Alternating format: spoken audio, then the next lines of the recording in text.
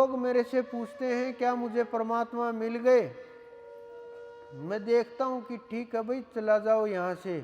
अगर परमात्मा की आवश्यकता होती या परमात्मा मिल जाते तो ये सवाल नहीं पूछते, बिल्कुल भी ये सवाल ही नहीं रहता।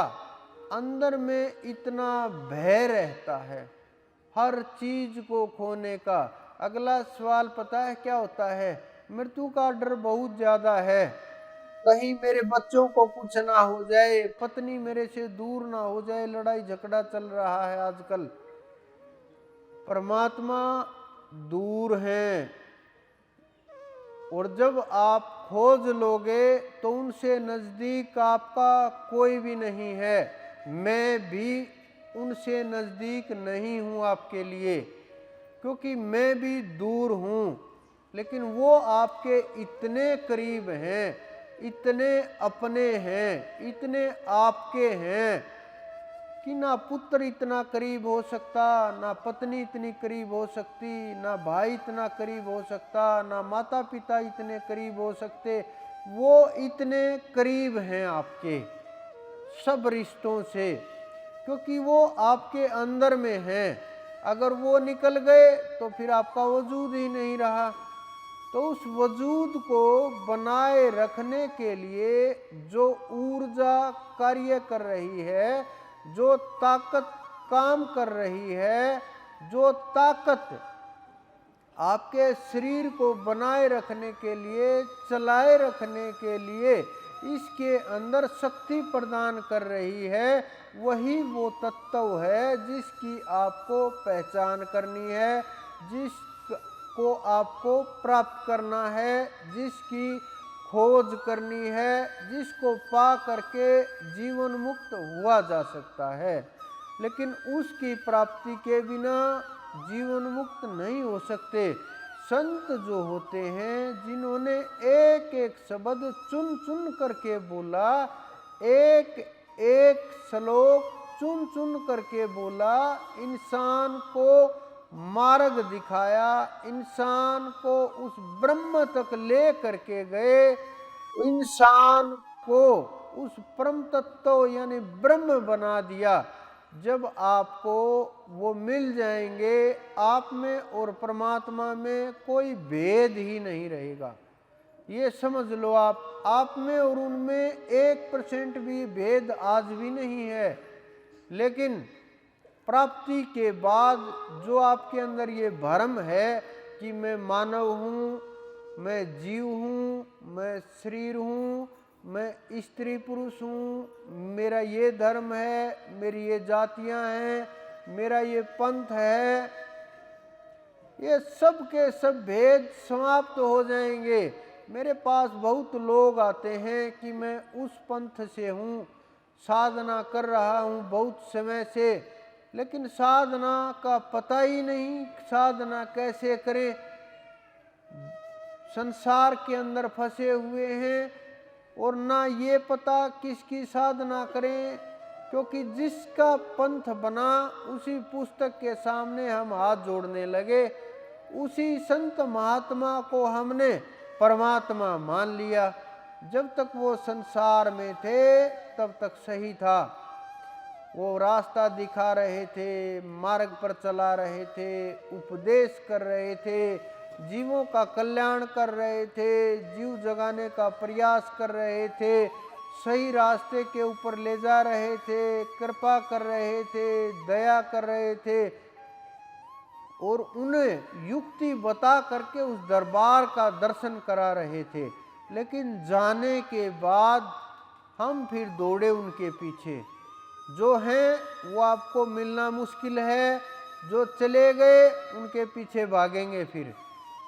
फिर ये विचार चलते हैं जो इन्होंने बोला वो सही है, जो आज के ये बोल रहे हैं ये गलत है।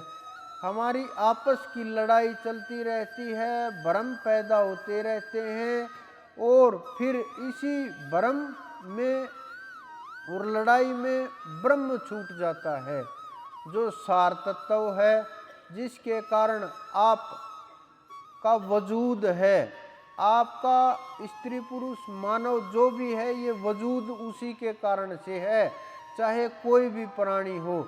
जब ये प्राण निकल जाएगा वजूद समाप्त हो जाएगा। इस संसार में लोग अलग अलग तरीके से देखते हैं, सबकी नजरें अलग होती हैं, देखने का नजरिया अलग होता है, सोचने का अलग नजरिया होता है, बुद्धि अलग अलग प्रकार से काम करती है। जिस प्रकार से किसी वृक्ष के पास से गुजर रहे आप, कोई फलदार वृक्ष हो, कुछ लोग सोचेंगे बड़े अच्छे फल लगे हुए हैं, वैद्य उसके पास से गुजरेंगे सोचेंगे औषधीय पौधा है। जूस वाला सोचेगा कि बड़ा अच्छा जूस बनेगा इनका, तो अभी निकाल करके पिएंगे ना, बहुत अच्छा लगेगा।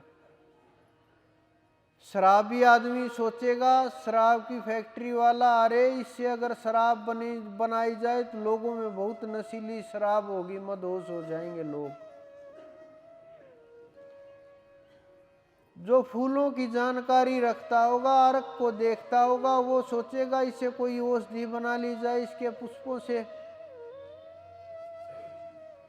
जिसके खेत में वो वृक्ष होगा, किसान सोचेगा मेरी फसल में बड़ी रुकावट आ रही है इसकी छाया के कारण से, जड़ों के कारण से, क्यों ना इसकी जड़ें काट दी जाएं और इसकी छाया कम हो जाए, थोड़े से गेहूं और ज़्यादा हो जाएंगे। लकड़ी वाला जो कारीगर है वो देखेगा बड़ा अच्छा तना है इसका, चीर करके अच्छे से तख्ते निकाल दिए जाएं और अच्छे अच्छे प्रकार का फर्नीचर बनेगा। चीज एक ही है वृक्ष, लेकिन सोचने के हजारों हजार नजरिए हैं। जिसको धूप लगी हुई है वो सोचेगा क्यों न इसकी छाया का इस्तेमाल कर दिया जाए, बड़ा छायादार वृक्ष है। कोई जानवर अगर इधर उधर से आए, जान बचाने के लिए उसके ऊपर कोई चढ़ गया तो उसको वो बहुत अच्छा, बहुत बड़ा परमात्मा नजर आएगा। अगर ये नहीं होता तो चली गई होती जान। काम एक ही है, वृक्ष एक ही है।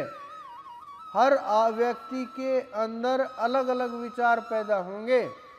उसी प्रकार ये मानव के जो जितने भी शरीर हैं, सबके सब शरीर एक जैसे हैं।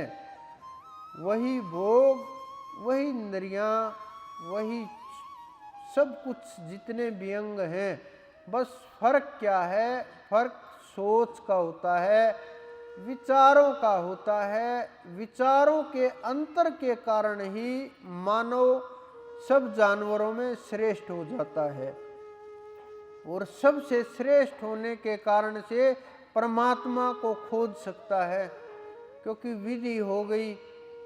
देखो, आपके अधीन आपका शरीर नहीं है। कोई चाहे शरीर मेरा है, अगर आपका शरीर हो तो बच्चे बन करके रहो, बड़े क्यों हो।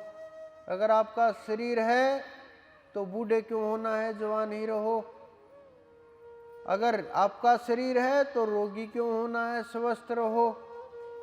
अगर आपका शरीर है तो कहीं भी किसी प्रकार का दर्द ही नहीं होना चाहिए आपकी मर्जी के बिना। तो ये शरीर आपका नहीं है, आपके अधीन भी नहीं है ये शरीर कि मेरे अधीन है ये शरीर, मैं अपने अनुसार चला सकता हूँ, मैं अपने अनुसार काम कर सकता हूँ। नहीं कर सकते। ये शरीर भी कर्म के अधीन है और कर्म से ही ये शरीर चलेगा, कर्म से ही ये जीवन चलेगा। कर्म का ही सारा खेल है और कर्म से ही बंधन है, कर्म से ही मुक्ति है।